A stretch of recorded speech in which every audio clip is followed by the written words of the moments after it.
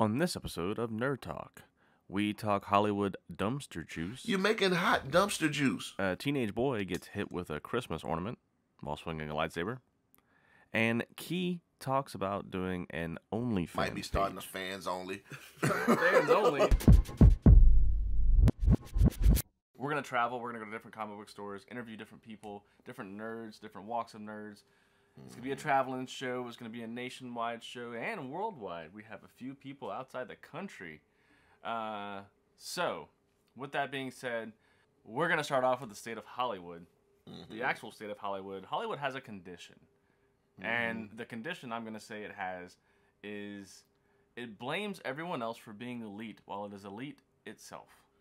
Or The elitisms of the Hollywood folk. how about we say tone deaf? Tone deaf. Yeah, they just don't listen to anybody other than other Themselves. rich people. Yeah. You gotta stop listening to other rich people because they're rich. They're not Well, gonna. not just because they're rich. Well, I'm gonna say it. Just because they're not going to the movies yet. That means the regular folk are. The people that are sitting in the stands are the ones you want to probably listen to. And it's not just the agendas or the activist type stuff in the movies. It's just the lack of actual good story. We have good characters and lack of story. Stuff just falls off. Obviously, if Apple's producing movies now, Amazon Prime's producing movies now, Netflix is producing movies now, everybody's doing it with the same. It's like they're all following the same script. And the funny thing is all these movies cost $200 million, $140 million to make. $500 million. I just Hang on, and then Godzilla Minus One comes out, $15 million budget, and looks just as good with a better story. Something's broke, and it ain't us. It ain't us. Well, we are broke because we're regular. Shit. But some of these movie producers need to be like put the Dr. Evil thing in, insert a graphic eye monocle, and then this graphic eye dun, dun, dun, when they freaking producing these movies, because it's like almost highway robbery that they'll never make the money back because they produce these, they put the production value into not writing the movie, not making a thoughtful movie, but making a lot of special effects, slow-mo movies, or lens flares. Slow-mo lens flare movies. That's like a new thing. But I think the thing, too, is like if you look at Godzilla did actually pretty well. Aquaman 2 flopped. The Marvels flopped. Every Disney movie that came out in 2023 flopped. DC flopped. Big time. DC's movies flopped. The Flash was rewritten, I think, 4 times. The Marvels was rewritten at least 3 or 4 times. They were rewritten and reappropriated, and they just changed everything right before they pushed the movie out. The crazy part is, you can tell. You can tell things are rushed. You can tell they're way overpriced. Because the thing is if it cost you $100 to $200 million, yet a $15 million movie look just as good. It's a lack of creativity, a lack of dreaming anymore. It's just all about they want to screen test stuff before they put it out now. Well, I think they just want to check boxes on certain things, and it's not being thoughtful boxes. It's not saying, well, maybe write a plot that makes sense. I mean, I can talk about like movies like Marvels. It made no sense. And then you insert action to make it an action, to check the action box, the obligatory action box, but it made no sense. Boring. I watch boring movies all the time that make sense, and I can actually watch them. I can palate them. Like I can watch a documentary. It makes sense. But also, like it's like just the way that they've like even treated some of our most beloved characters. Like Nick Fury is a great character in the comics, and in the Marvels, he is completely not what he is in the comics. In the Marvels, he's a totally different, malleable, soft person that loses his eye to a kitty cat. Seriously. This is what we're doing. This is what we're doing. Oh man, Hollywood. And I wouldn't blame the creatives, right? I mean, we're creative people. I would say creativity needs to be. You have to nurture it and let it grow. I think it's about listening to the audience. And the audience are people that care. People that care about these things. Everybody's in the audience. We're all a part of the audience, regardless of who you are, color, all that other stuff notwithstanding. We all want to feel like we belong in the audience, and you should make people feel like they belong in the audience without sacrificing everything in a movie. Hot dang, man. People make movies that make sense, man, and like just because you gotta check this box because makes you feel good about something does not mean you make a good movie. People are talking, and you're not listening. Oh, It's not like we're talking like this. They're talking about not going to watch these movies. They don't. And you're still not listening. Well, they don't. And then you want to blame everybody else. You're making hot dumpster juice. Dumpster juice. You're cooking it. And you're reheating the dumpster juice. Then you store it. Then you put it back in the microwave. And you say, hey, let's serve them some more dumpster juice. That'll get them. Definitely making some packaging in a can called dumpster juice. Just letting you know. Yeah. Dumpster juice sounds like a nasty, terrible thing. It is a nasty, terrible thing, but look at what happens to Hollywood. You're making dumpster juice. So, but see, I would say it's the state. The state of Hollywood is not good. It's not in a great place. It's not a good state to be in. I think it's time to give the Neil Blomkamps of the world and these other people some chances to make some really special things. Because I watched Gran Turismo. That movie was amazing. It was so good. It was well shot. Had some new different camera angles. Some of it, you could kind of argue motion sickness, but it captured the essence and the story of this young man that played video games and became a professional racer. That was a great movie. Like let's get some of these older people out of the Hollywood system maybe, and let some of the new blood start kind of kicking in and producing things. And we also see that coming into fruition too with like Ryan Reynolds and John Krasinski. That new movie If, it actually looks really cool. It's about imaginary friends and, what if the imaginary friends followed you around kind of thing. It's an original story. We want to see originality. We want to see creativity. Yeah. So maybe change the state of who you are and stop walking around with this massive ego, because I think people are starting to pop the bubble. Now let's talk superhero fatigue. Are we fatigued with superheroes, or are the superhero movies just not good? Bad. Not good. Suck. Trash. Terrible. And I wouldn't say every superhero movie has to follow the comics, because some of the comics won't make good movies. No. So don't just do it just to do it. You could talk about street level comics all day, because most of the heroes were street level heroes. Yeah. And you could have made plenty of movies about those guys. Yep. But I don't think superhero fatigue is a thing. I think because comics have been around for how long, right? I mean, the superhero video games and cartoons have been around for how long? Yeah, I'd pick up Arkham. That's a whole story about I'd pick up Spider-Man and Arkham Asylum any day of the week. The superhero fatigue, it's actually what it is. I think it's the heroes this version of the movie fatigue, right? Because you could do Punisher. Get off your high horse, Disney, and bring Punisher back. I mean, what you're doing, Deadpool, that's probably going to be rated R, hopefully. It better be rated R. Yeah. Bring Punisher back as a show. That show was great. There's no way you could have Deadpool and Wolverine fight each other and not be rated R. Yeah, I know, right? I mean, Logan was definitely on that type of time. Yeah. But bring stuff like Punisher back. Talk about the heroes that people cared about. Like, there are a lot of good heroes on it. Like, I'm just talking about Marvel from a street level, because we can talk about that a long time. And it doesn't even have to be like, we're not saying bring the original Avengers back. Would be kind of cool, but we're not saying bring the original cast of the Avengers back. But figure out why that cast worked, right? We can talk about a lot of stuff with Spider-Man. We can talk about a lot of the heroes that he interacted with. We don't even have to talk about Spider-Man. Like, what was the movie? Madam Web. Madam Web. Really? Madam Web. Madam Web. For real? For real? Why? I think what happened, and I think this is what happened. Captain Marvel came out right after Endgame, rode the high horse, made a lot of money. I'm like, oh, this is what people want. And then that's all they did. They didn't go back to what they did before. They just stuck with whatever Captain Marvel was, which everyone went to see because we were on this massive hype. That was peak Marvel. Endgame was peak Marvel. Yeah. And it ended on a high note right then and there. And we were all excited for the multiverse. We're all excited for all these things. And then the only good Disney Plus show to ever come out was Loki.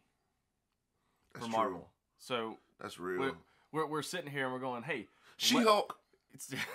She-Hulk. But she was a popular comic.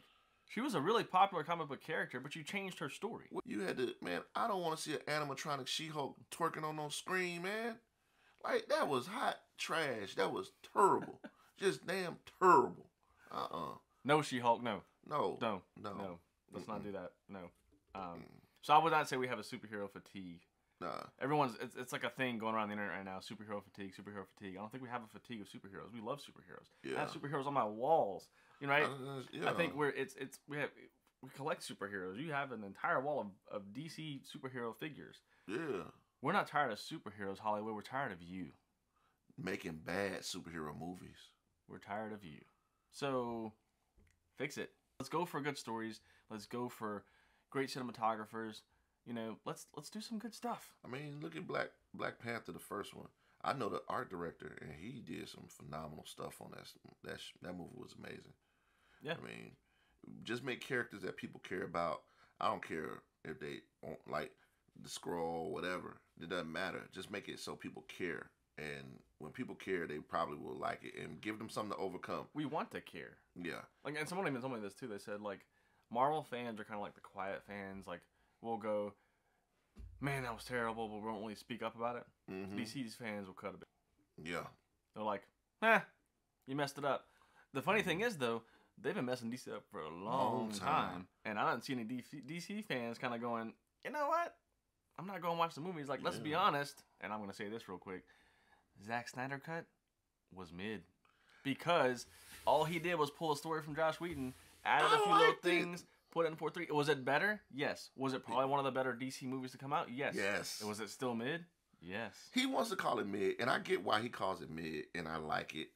I agree with you saying why you call it mid. I liked it. I mean, I was looking for the Zack Snyder cut, except for how he filmed it. It was weird. Well, 4-3. Who wants to watch 4-3 ratio, Zach? Nobody. Man. Nobody wants to watch a 4-3 ratio movie. We all have 60:9 TVs.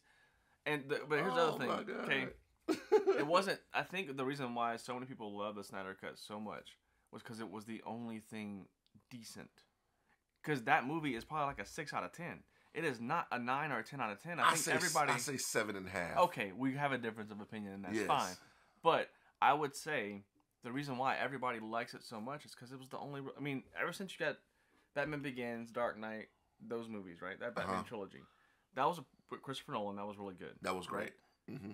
And then it's like they decided, let's not do that anymore. Well, they did. Well, no, they didn't. They did Man of Steel, which was in the same vein. Man of Steel was great to me. I think Man of Steel was good. Man of Steel for me was a 9 out of 10. You can disagree. That's my opinion on it. I like Man of Steel so much. But then we go and take Henry Cavill out of Superman. So now. But moving on, so that's our little rant about state of Hollywood and superheroes and fatigue and DC stuff. But just made me hopping sad on again. Into the holidays.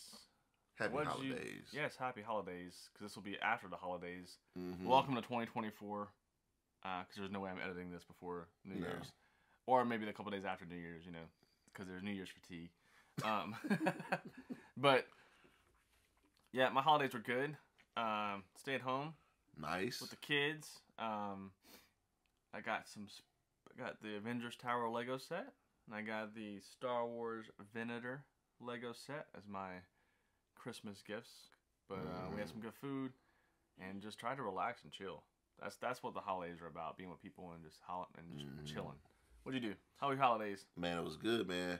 I got a couple figures, a wine opener, because I like wine now. I'm a wine connoisseur.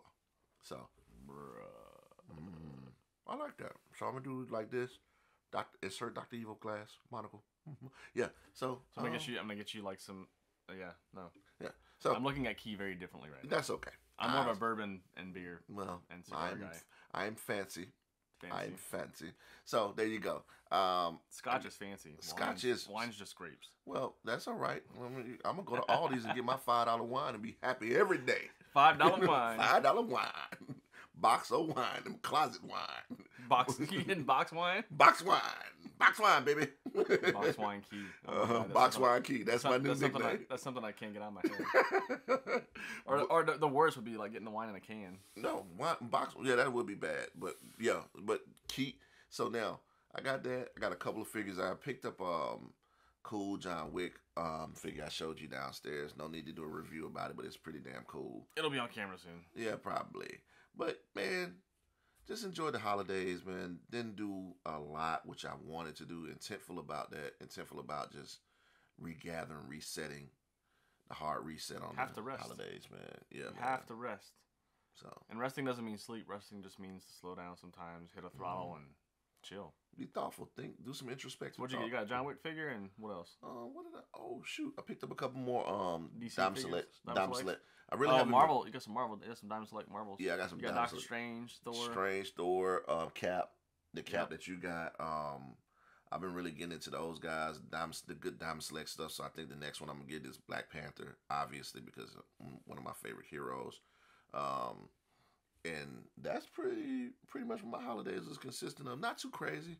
Yeah, it's fun stuff. Fun stuff. Went to a bunch of, like I said, I go check these guys out. Steel Collectibles, always gonna shout those guys out. And Plastic Empire. Yeah, I go to Dave's Comics all the time and Superheroes and in Nuna in Georgia, and then Dave's is in Georgia here by me, and then Steel is in Kennesaw. Steel Collectibles. What was that? Full Circle Toys store we go to? Oh yeah, Full Circle. Oh yes, a lot of vintage video game stuff, and also I want to shout out a new Zero Gravity Games here locally in Georgia too. They have lots, pretty much everything, all the vintage video games and consoles, and some very great people, and they repair systems and stuff too. Because obviously as you get older, what do? You cling to childhood memories. Yeah. And what's better than vintage video games? Yeah, you know why I suck at vintage video games? You see me downstairs playing that little bitty game on the screen. It bothered me greatly. Ninja Turtles, SNES. Yeah, it bothered me greatly that I could not. You can only go straight, forward, up, down. 2-dimensional. I don't know why that That's works. all we knew. But see, like, I watch people play Super Mario, right? Huh? And, like, I watched one guy do, like, a run through Super Mario, like a speed run kind of thing, and he got, like, in Bowser's Castle, like, one of the later, missions. And, like, all the little jumps, I'm like, there's no way I can do this. I can't do this anymore. No. So, like, as a kid, it was like, oh, man, that's easy, right? No. There's no way I can do it anymore. It takes some time to get back into the muscle memory, with the fingers, but it's fun. I actually like next-gen controllers exist for a reason. So, so now with the holidays, that's kind of, let us know in the comments how your holidays went. Yeah. Let us know if you enjoyed them, if you wanted more than what you got, you ungrateful person, you. But yeah, let us know how your holidays were, and cool. But we're gonna we're gonna go over and check out something cool. Had some leftover holiday ornaments, and so we decided to do something fun. Here it is. What's up, and welcome to a new Nerd Game segment. But this isn't just any game. This is Ornament Slash. Ever walk around the house and wonder, what do I do with my old Christmas ornaments I'm never going to use ever again? We have the solution. Just get lightsabers and turn it into a game. So it's not only a game, but it's a game with a nerd twist. On this side, we have Qui-Gon's lightsaber. The person using this lightsaber will be hitting the green ornaments. The right side, we have Darth Maul's lightsaber, and they will be hitting the red ornaments. Each person has 12 ornaments that they can hit. Each ornament's worth 1 point, but there's a twist. When we're throwing green, we might toss in a red. And if they accidentally hit the opposite color, it's -5 points. But that's not the only twist. This thing, they're going to have to wear it on their head, and it's going to be pretty dark outside. This is the Black Series Clone Trooper helmet. It's awkward, it's heavy, and it moves around. So just for an added twist, a little increased difficulty, we're giving them something special for your enjoyment and nerd entertainment. Let's go ahead and go outside. Welcome to the backyard. The stage is set for our Ornament Slash. 2 contestants, each ornament's worth 1 point. If you hit 3 in a row, you get double the points. And if you hit the wrong color, it's -5. Let's get started. Green player. Oh my God, I can't see again. It was at this point we realized you couldn't even see the twin sons of Tatooine on a bright day in this helmet.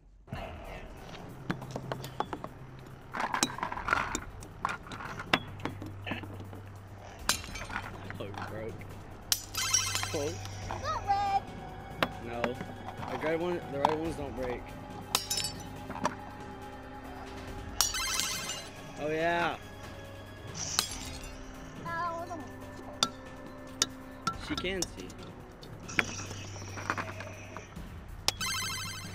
That one counts. Greg, I can't see anymore. Just try your best. That's 2 that didn't break. Come on. Ow. There we go. Alright. Red player.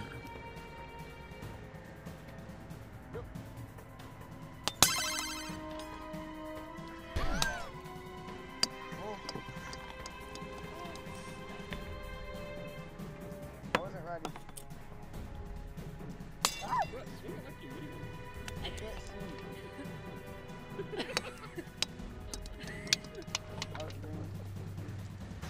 Yeah, you're going too close to me. Yeah.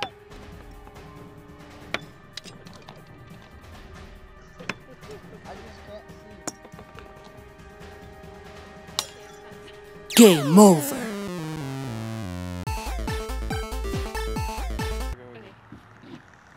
What the frick? And we're back. So, Jinx. hey. So, we're just going to close this out real quick with Hope for Nerds. It sounds like a charity. It sounds like something like that, but it's not. Well, you can give to my GoFundMe. I might be starting a fans only. Fans only? That was only fans. Oh, there it is. No. Go ahead, Kyle. So, just giving you guys some hope, because we have a lot of hope. Hope is dope, and it always will be. But the hope that we can do things on our own, and we can, create things on our own, and that's why we're doing this, was to kind of give nerds a space and a place where you can be a part of it. We're always looking for top shelf nerds, people that just love to create and love to do things. And obviously, if you watch Instagram, we have a lot of great, cool things coming out this year in 2024. Lots of shows. We have people all across America. We have people in Italy and France, all wanting to make just content, top shelf content with top shelf nerds, and giving you a space where you can come, hang out, and just enjoy being nerds. Yep. Because Stan Lee said it best. Entertainment is something to pull people out. The people have problems. They have all these things going on. Entertainment is a space for us to enjoy something, to forget about everything in the world, to forget about our problems. Yep. And when you do that, that's what's good, right? And so I think that's where, to be honest, the state of Hollywood has kind of gone away from. It's an entertainment. We're here to entertain y'all. Let's be honest, okay? Yeah. We are here to get in front of you and entertain you, but we're having so much fun doing this. We are. And we hope you're having fun watching this. And that's why I think there's so much hope for the future. Is not only is it just what we want to do, because Key's going to start his own show, by the way, just by himself doing Key stuff. And if you know me, you know it's going to be some funny. All right, blink that out, Kyle. So, but yeah, sure hope for nerds coming up. I hope that these things will force the powers that be, as it were, to hear us. I would say, here's what I'm gonna say real quick. Powers. Okay. Don't edit that out. Keep it in there. Well, let's this though. The thing is, because we're tired. We are tired. We are tired. But the thing is, when these guys start to listen, they'll start to up their games. And when the rising tide raises all ships. Right. And if we start to create our voices, and our voices are getting louder because of all the advent of the podcast geniuses, or whatever you want to call these people, geniuses sitting in basements. By the way, we're not in a damn basement like some other these dudes, but we're in a loft. We're in a loft that space, I converted into a nerd room. Yeah, so we're not in the basement. So, but yeah, let's raise the tide. Let's make these guys raise their game up, because I think you're right though. I think if they see other people stepping up their game, other people are coming into this whole kind of piece and going, "Hey, we can do this too."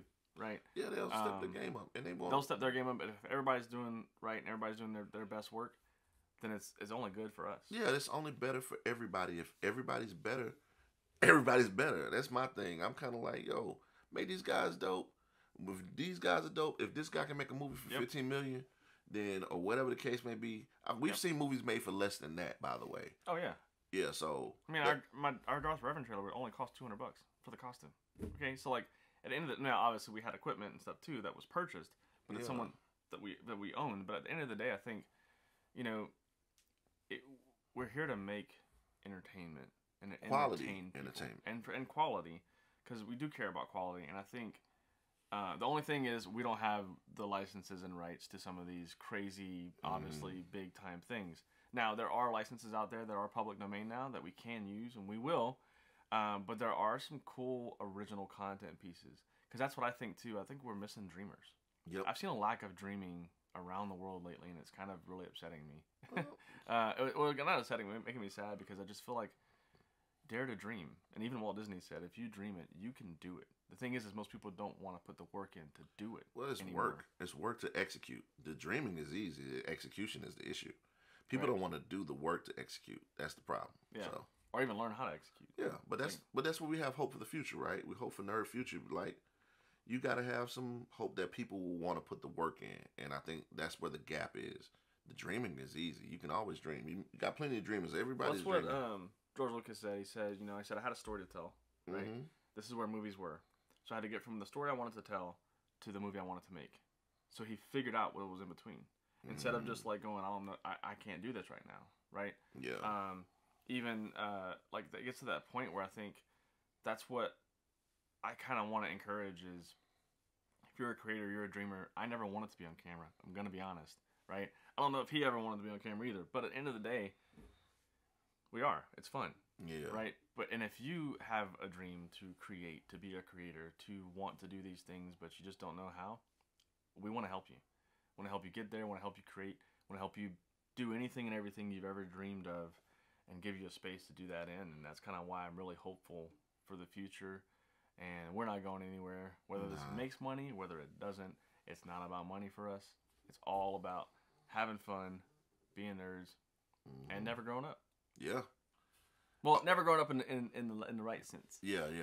Always have a healthy play. Yeah, we want to be adults, but nah, we ain't gonna be doing no weird stuff, guys. No weirdness. But it will be funny stuff. We'll be fun. We'll have fun. No, we're gonna have a lot of fun. We're gonna promise you we're gonna have some fun. That's what we promise. Mm-hmm. Till next time, get out of here. Ah.